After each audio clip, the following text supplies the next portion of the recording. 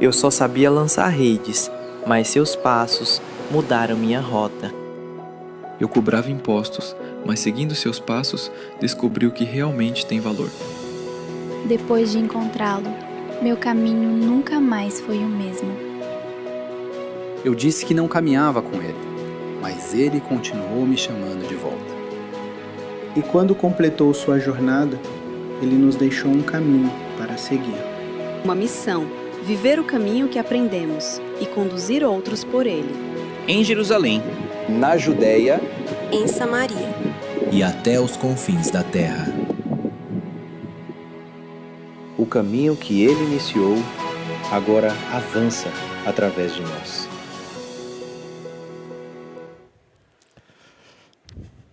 Mais uma vez, boa noite, gente. Abra sua Bíblia em Atos capítulo 7. Nós vamos trabalhar esse texto longo de Atos capítulo 7, até o versículo 50.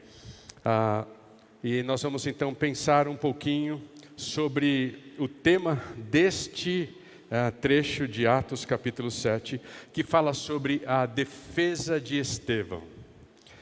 Eu não sei quanto a você, mas quando eu penso na minha história ministerial e quando eu penso na minha vida, muitas vezes, diante de uma injúria, muitas vezes diante de uma acusação que eu achava, que eu pensava, que eu sentia, como não tendo fundamento para aquilo, muitas vezes diante de uma acusação em que eu me sentia injustiçado, em algum momento do meu ministério e da minha vida, eu achava que eu tinha o direito de defender a minha honra.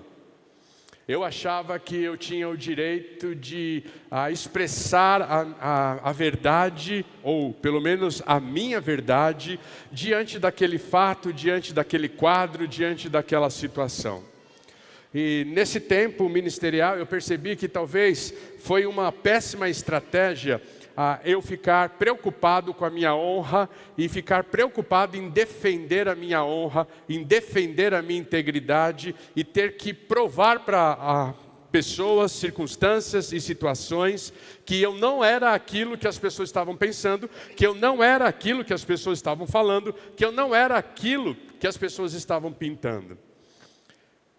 Eu aprendi a duras penas, me machucando e machucando pessoas, que esta não era uma boa estratégia. Nós acabamos de cantar que nós temos Jeová Nissi, aquele que é a nossa bandeira, aquele que luta as nossas batalhas, aquele que luta as nossas guerras.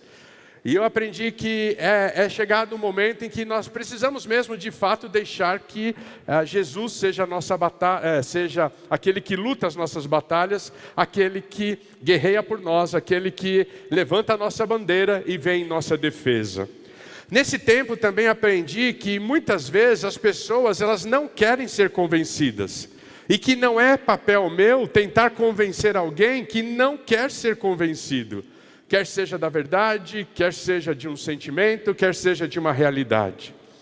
E quando nós olhamos então para esse discurso de Estevão no capítulo 7, o maior discurso do livro de Atos, a gente percebe que talvez Estevão, ele aprendeu antes de mim essa verdade que eu estou tentando traduzir para vocês. Estevão estava sendo acusado, como nós vimos pela manhã, injustamente. Estevão estava sendo acusado de ser fiel à mensagem do Evangelho, de ser fiel a Jesus Cristo. Vamos voltar lá no capítulo 6, só para que a gente possa entender isso. Veja o versículo 14. Nós o ouvimos dizer que esse Jesus, o Nazareno, destruirá este lugar e mudará os costumes que Moisés nos deu. Era uma mentira que Estevão estava falando? Não, próprio Jesus, ele declarou de fato isso. Vocês se lembram quando Jesus entra no templo e estava aquela bagunça, um abuso, né, sobre a classe mais vulnerável, uma mercadoria sendo vendida de maneira injusta, e Jesus disse que ele destruiria aquele templo e em 3 dias ele reedificaria aquele templo. Nós sabemos hoje que Jesus não estava falando do templo físico, mas Jesus estava falando da sua pessoa, que ele morreria e ao 3º dia ele ressuscitaria. Mas Jesus declarou isso. E quando Estevão, então, ele declara as palavras de Jesus, ele está sendo fiel a Jesus e não está dizendo nenhuma mentira. Quando aqueles homens, diz assim no versículo 14, nós ouvimos dizer que esse Jesus o Nazareno destruirá esse lugar. Jesus mesmo disse. Jesus disse que destruiria o templo, mas não físico. Era o seu ministério, era a sua obra, era a sua vida, era este templo, o corpo dele, que iria para o madeiro. E ao terceiro dia ele ressuscitaria. Mas olha, o texto bíblico ainda diz, e este lugar, e mudará os costumes que Moisés nos deu. Não foi Jesus também que disse que ele não veio abolir a lei, mas que ele veio cumprir a lei?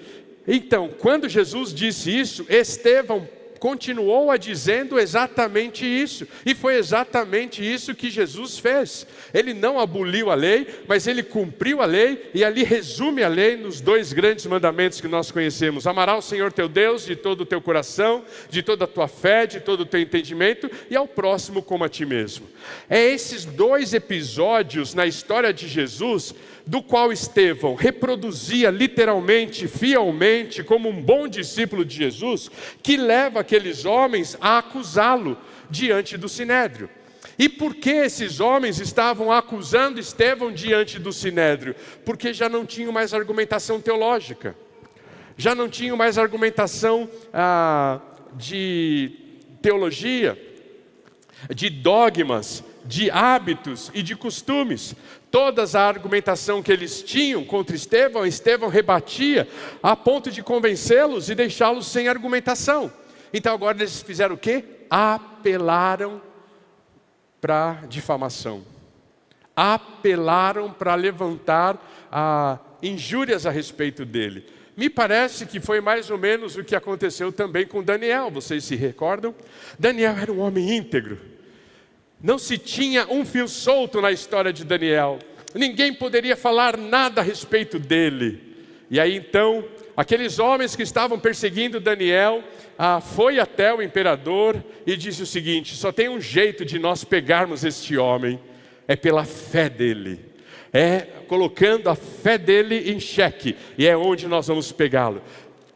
Faça um decreto e diga que ninguém pode se prostrar e adorar a Deus, ou o único a que eles devem se aprostar é a sua estátua, é a sua imagem. E ali Daniel, o texto bíblico diz no capítulo 6, no versículo 10, como era de costume, 3 vezes ao dia, ele se ajoelhava em casa, com a janela aberta, para a banda de Jerusalém, e ali orava. E foi isso que levou Daniel a ser julgada.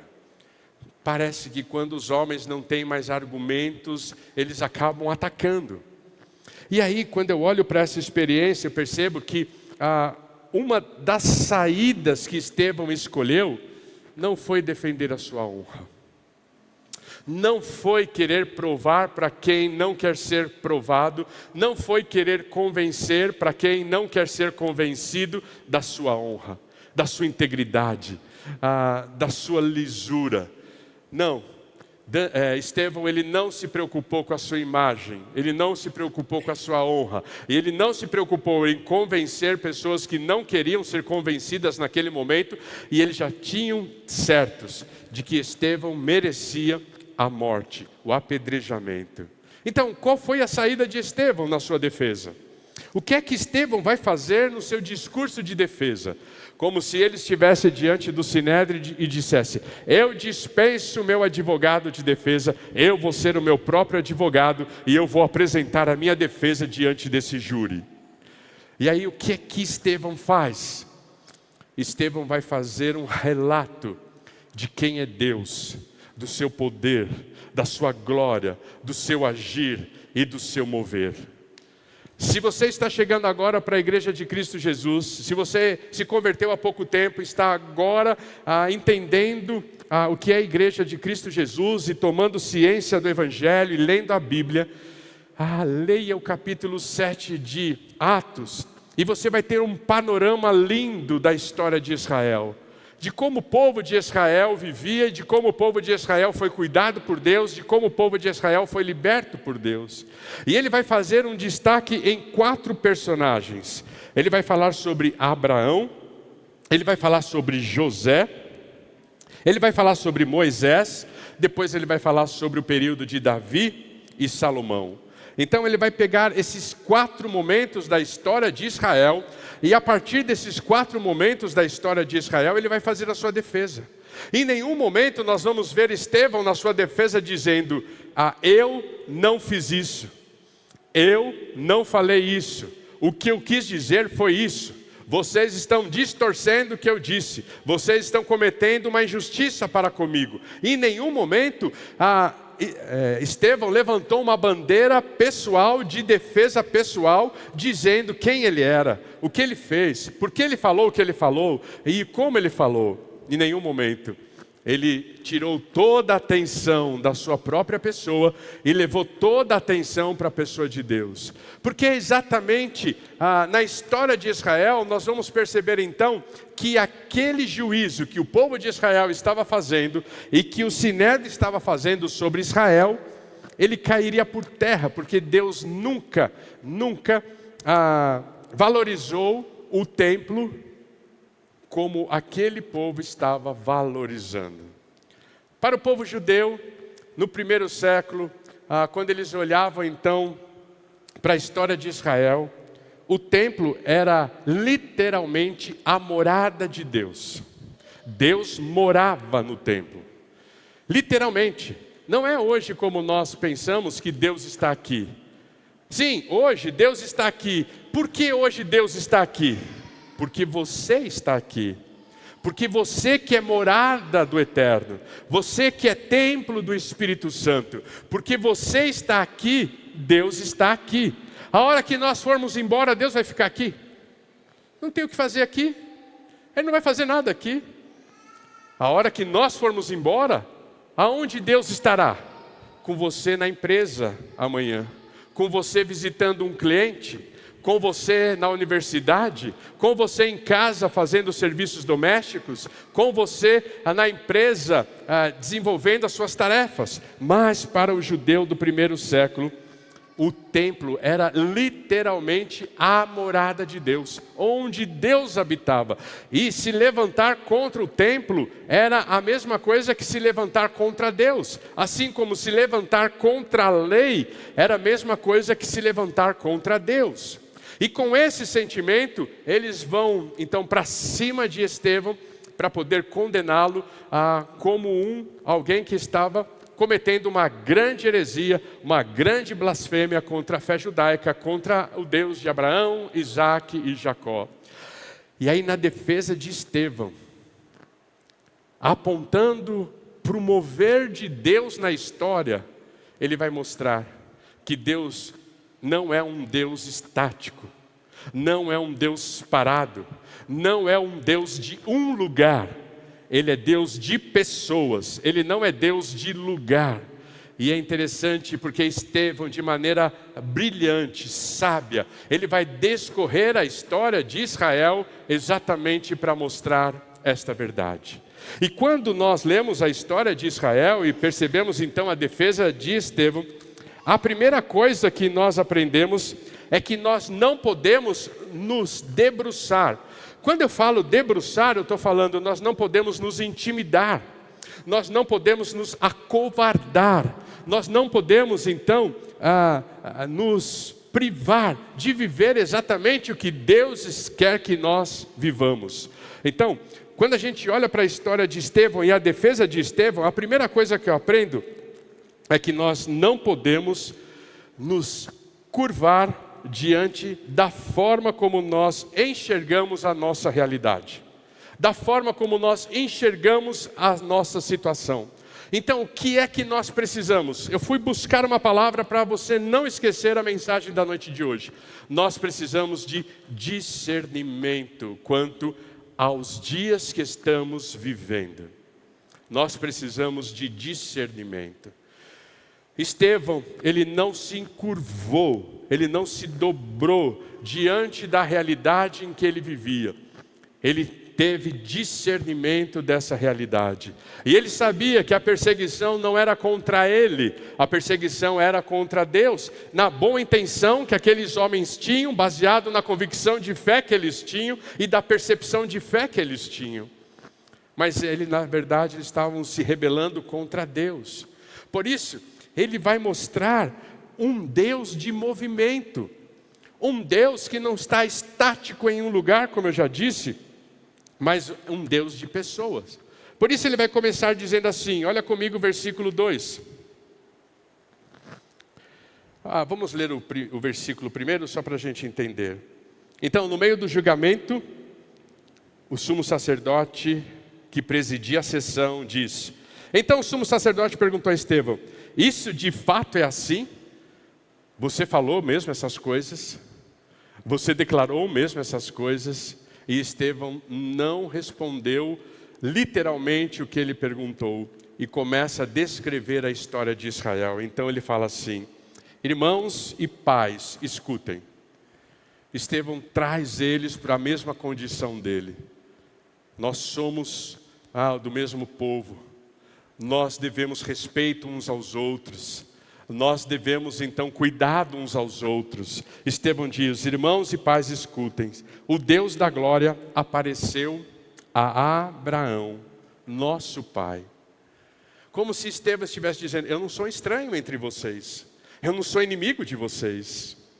E ele vai dizer o seguinte: quando este estava na Mesopotâmia, ou seja, quando Abraão ainda vivia numa terra pagã, quando Abraão ainda vivia numa terra idólatra, quando Abraão estava longe dos planos de Deus e do conhecimento de um Deus único, quando Abraão ainda não tinha o sentimento de adorar o único Deus, mas ele ainda carregava o sentimento da idolatria, olha o que ele diz.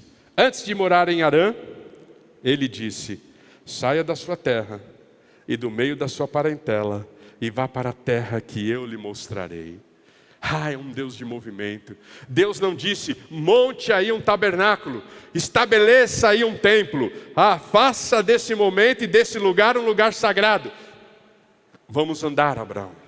Eu sou um Deus de movimento.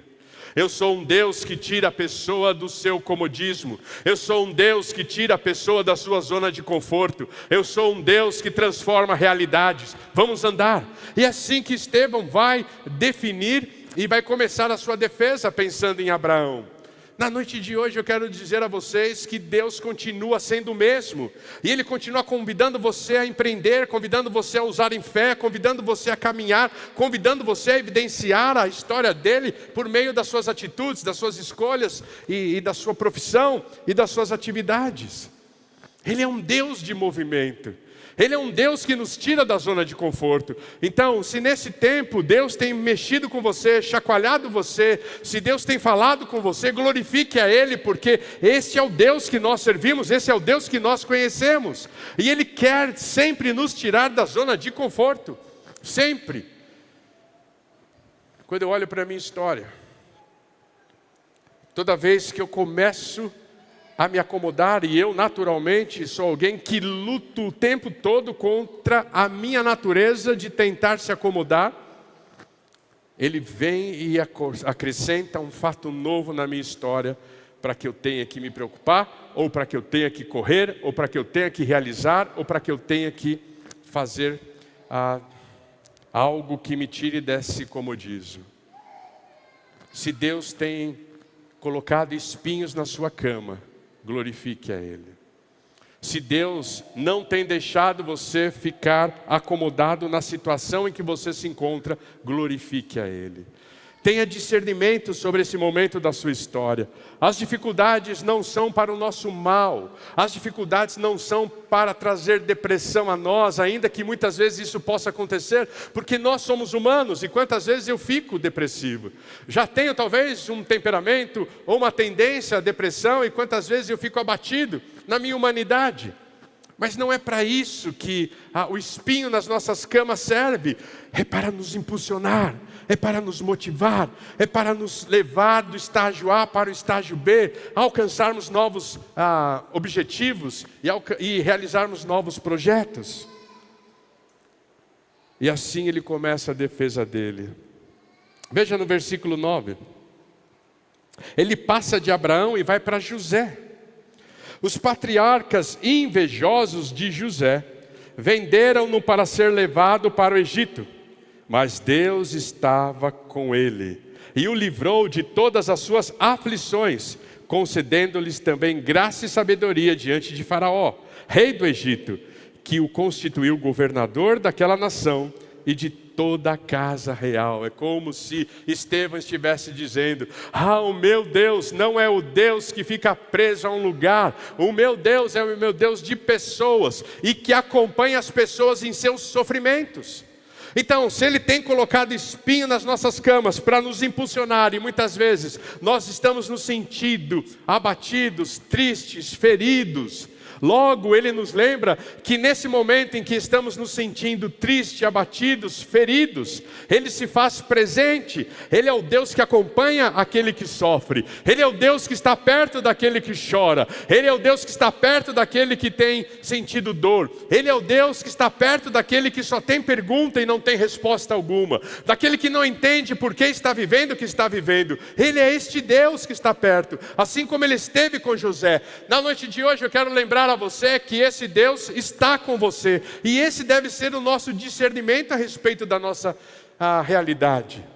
Esse deve ser o nosso discernimento a respeito da nossa realidade. É o Deus que acompanha o homem no seu sofrimento. Mas olha o versículo 23, ele passa de José para Moisés. Versículo 23, quando completou 40 anos, Moisés teve a ideia de visitar os seus irmãos, os filhos de Israel. Vendo um homem ser maltratado, saiu em defesa dele, vingou o oprimido, matando o egípcio. Ora, Moisés pensava que seus irmãos entenderiam que Deus queria salvá-los por meio dele. Eles, porém, não entenderam. No dia seguinte, Moisés aproximou-se de uns que brigavam e procurou reconduzi-los à paz, dizendo: homens, vocês são irmãos, por que estão maltratando um ao outro? Mas o que agredia o seu próximo repeliu Moisés, dizendo: quem colocou você como chefe e juiz sobre nós? Será que quer me matar, assim como ontem matou o egípcio? Ao ouvir isso, Moisés fugiu e se tornou peregrino na terra de Midian, onde lhe nasceram 2 filhos. Estevão está dizendo: meu Deus é o Deus de movimento. O meu Deus é o Deus que está lá em Ur, entre os gentios. O meu Deus é aquele que está lá no Egito, entre José que sofre. O meu Deus é a que acompanha Moisés pelo deserto. Eu tenho Deus que me acompanha no deserto, na secura dos meus projetos, na secura da minha vida, na secura dos meus intentos. Quantos sonhos talvez parecem estar morrendo, estão secos.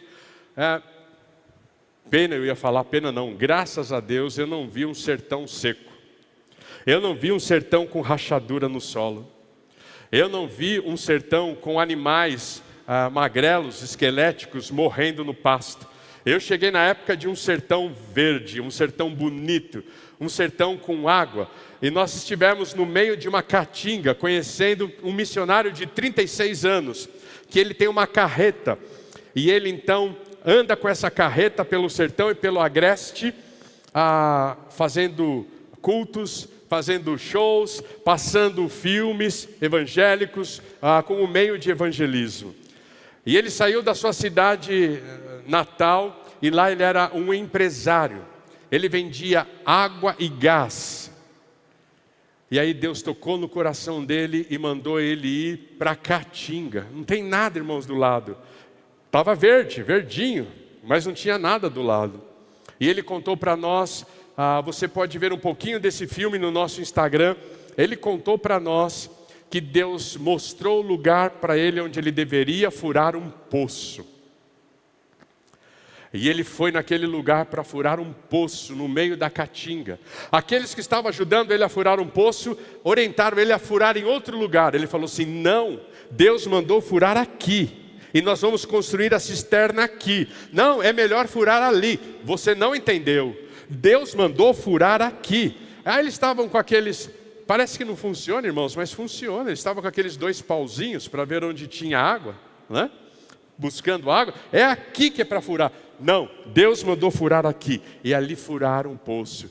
E ali jorrou água. E ele tem uma cisterna. E ele construiu, ele foi muito inteligente. Ele construiu um drive-thru de entrega de água.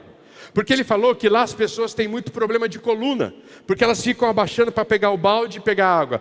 Abaixando para pegar o balde e pegar a água. Então ele fez um drive-thru de entrega de água.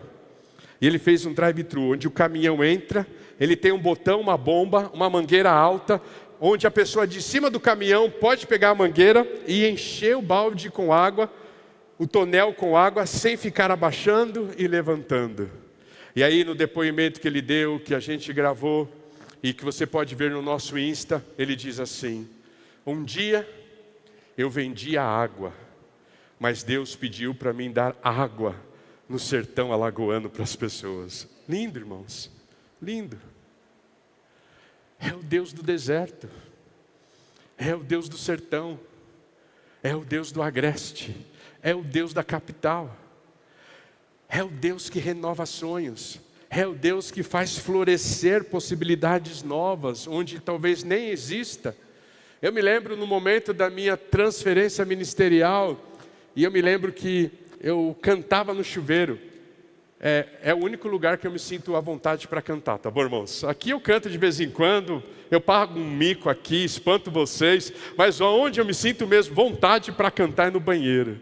E naquela época tinha uma canção de uma cantata que era muito comum, e a gente fazia essas cantatas na cidade de São Paulo. E a música dizia: Deus nos mostrará um caminho a seguir, mesmo quando não existir um. Deus nos mostrará um caminho a seguir, mesmo quando não existir um. E quantas vezes, tomando banho, cantando no chuveiro, a água do chuveiro se misturava com as minhas lágrimas e fazia uma poça ali no lugar do banho. Mas Deus se fez presente no deserto da minha vida, como Ele também quer fazer, e Ele se faz presente no deserto da sua vida, porque Deus não é Deus de lugares, Deus é Deus de pessoas. Deus não fica parado, Ele é movimento, Ele está andando com você, Ele está acompanhando você, Ele está vivendo com você. Por isso nós precisamos ter discernimento nesse momento. Estevão me ensina a ter discernimento desse momento que eu estou vivendo e que você tem vivido. Lembre-se disso. Ele vai dizer: vocês estão falando que eu blasfemei contra o templo? Olha o Deus. Se eu blasfemei contra o templo, então Deus fez primeiro, porque olha Deus, Ele está em movimento, Ele não está parado, ali não é a casa dele, Ele está ali quando os seus estão, e Ele está sempre aonde os seus estão. Guarde isso, guarde isso. Segunda coisa que eu aprendo é que nós precisamos ter discernimento e não nos dobrarmos diante de uma religião vazia. Não podemos nos dobrarmos diante de uma religião vazia. E a palavra que eu fui buscar para você não esquecer a mensagem de hoje é desapego. Desapegue de uma religião vazia. Desapegue de uma religião que se resume exclusivamente a uma instituição. Se desapegue de ritos. Se desapegue muitas vezes de dogmas que têm escravizado você e não têm permitido você viver o sobrenatural de Deus. Olha o que o texto bíblico diz. E Estevão, defendendo essa acusação que ele recebeu em relação ao templo, ele diz assim, veja comigo no versículo 45, vamos ler do versículo 45 em diante. Também nossos pais, com Josué, tendo recebido o tabernáculo, o levaram quando tomaram posse das nações que Deus expulsou da presença deles. Foi assim até os dias de Davi, que obteve o favor de Deus e pediu autorização para construir uma casa para o Deus de Jacó. Mas foi Salomão quem lhe edificou a casa. Entretanto, o Altíssimo não habita em casas feitas por mãos humanas, como diz o profeta. O céu é o meu trono e a terra é o estrado dos meus pés. Profeta Isaías, que casa vocês edificarão para mim, diz o Senhor? Ou qual é o lugar do meu repouso? Não é fato que a minha mão fez todas essas coisas? Desapega. Eu fico preocupado se nós estamos criando e gerando uma geração que é crente só no domingo, que é crente só de templo, que é crente que só depende de pastor, que é crente que só depende de louvor no ajuntamento solene e que não tem vida fora de templo. Não tem intimidade com Deus na semana, não tem comunhão com Deus na semana, não tem autoridade para pregar o evangelho na semana, porque é crente de domingo, é crente de templo, é crente de ajuntamento solene, é crente de palavra de encorajamento o tempo todo que o pastor precisa trazer, é crente de louvor que inspira, que motiva. Se desapegue desse modelo de vida cristã. Estevão está fazendo um grande apelo àqueles homens que estavam acusando de blasfemar contra o templo. E ele vai dizer: meu Deus é de movimento. E Ele não habita em templos que é feito por homens. Claro, irmãos, que nós temos o maior respeito por esse lugar onde nós adoramos a Deus. Estevão não está ensinando o contrário. Claro que nós devemos cuidar muito bem desse lugar onde as pessoas entram e aqui sentem a presença de Deus e muitas vezes tomam decisões importantes para o seu presente e para o seu futuro. Devemos ter zelo por esse lugar. Devemos ter ordem e decência nesse lugar. Devemos ser respeitosos nesse lugar. Porque Deus está aqui, pelo fato de você estar aqui. Mas não seja crente só de domingo. Não construa sua espiritualidade de templo. Não construa sua espiritualidade de domingo à noite, de domingo de manhã, de quarta-feira à noite. Ou de sábado, quando a juventude está aqui, de sábado, quando os adolescentes estão por aí, quando os pré-adolescentes estão por aí, ou agora nos nossos pequenos grupos, quando os pequenos grupos estão reunidos, e você vai ser então crente de pequeno grupo, ali você levanta a mão, ali você oferece ofertas a Deus, ali você se santifica, ali você se quebranta, saindo dali, não tem espiritualidade.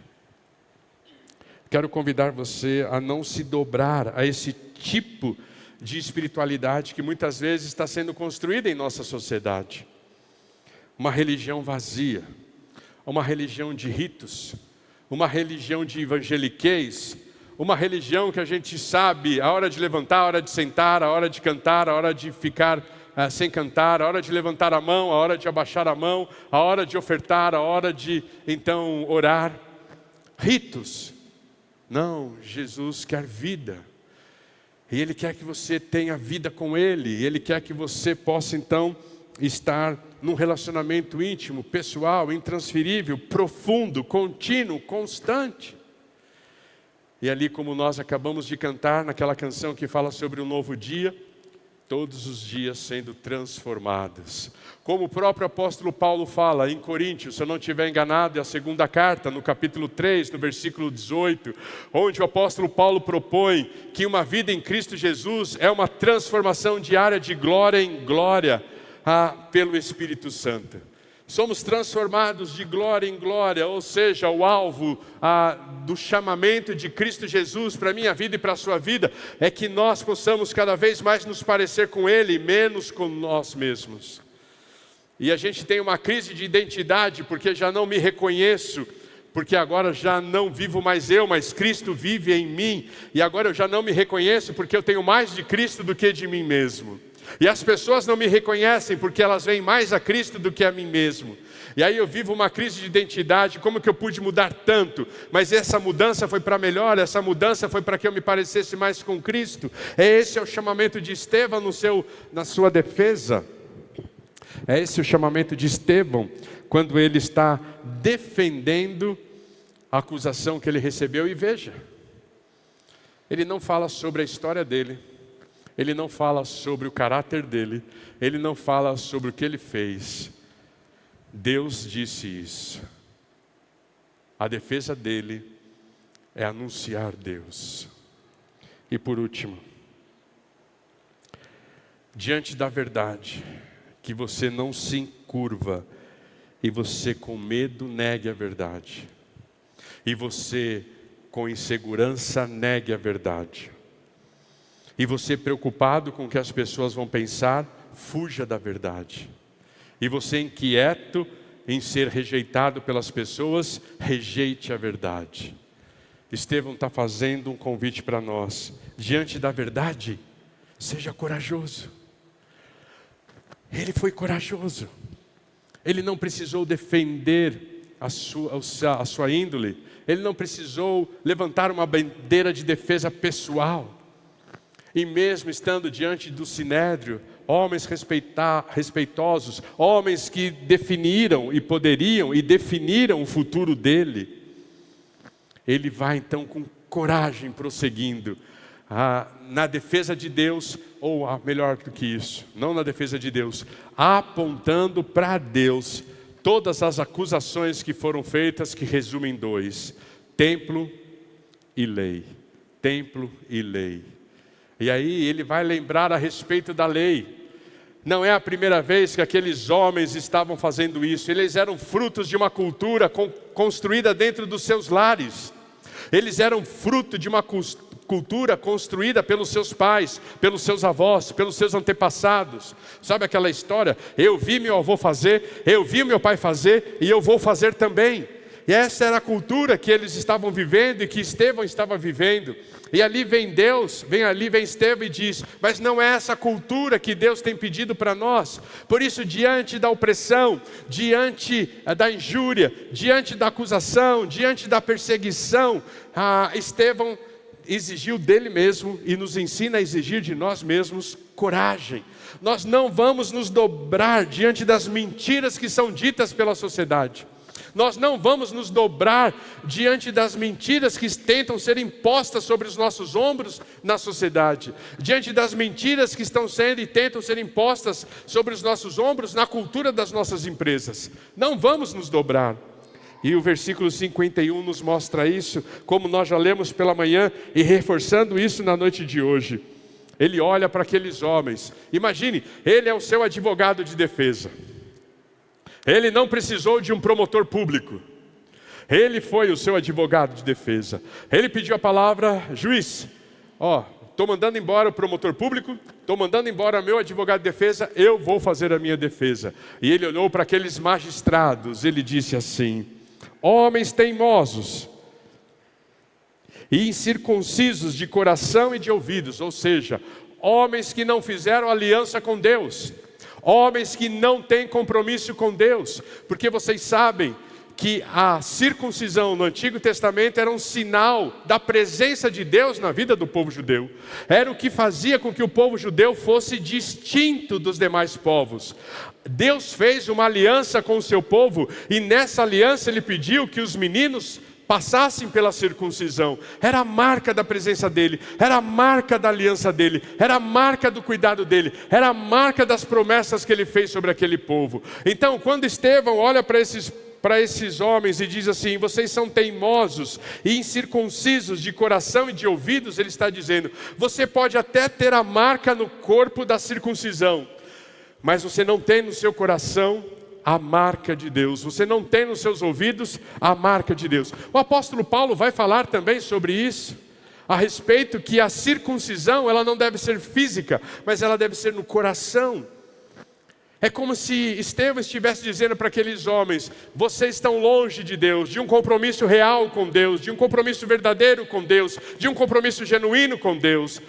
Vocês têm cara de crente, jeito de crente, aparência de crente, mas não são crentes. E eu lembro que meses atrás eu falei sobre isso e usei as mesmas expressões. Desculpa ser repetitivo às vezes, e eu me lembrei do Denorex. Denorex.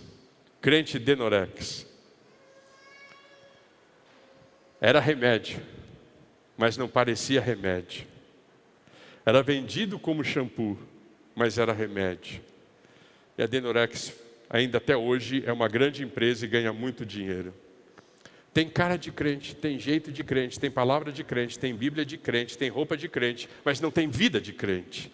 É isso que eles estão falando, homens teimosos e incircuncisos de coração e de ouvidos. Olha a palavra dura que Estevão vai dizer. Vocês sempre resistem ao Espírito Santo. Por isso que o texto bíblico vai dizer: quando ouvires a voz do Espírito Santo, não endureçais o vosso coração. Sabe por que o texto bíblico diz: quando ouvires a voz do Espírito Santo, não endureçais o vosso coração? Porque toda vez que eu deixo de obedecer, eu vou ficando mais distante de Deus e vou ficando mais perto de uma desobediência natural. E aí o coração vai ficando frio, petrificado. Por isso que no Antigo Testamento, Deus vai dizer, lá com o profeta, agora eu me esqueci o nome do profeta, quero tirar o coração de pedra e colocar um coração de carne.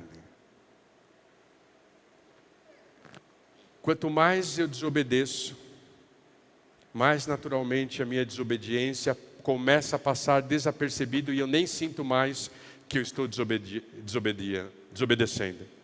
Quanto mais eu obedeço, mais vontade de obedecer eu tenho. E Estevão estava dizendo: vocês sempre resistem ao Espírito Santo. Vocês praticam a cultura da casa de vocês. Vocês fazem exatamente o mesmo que fizeram seus pais.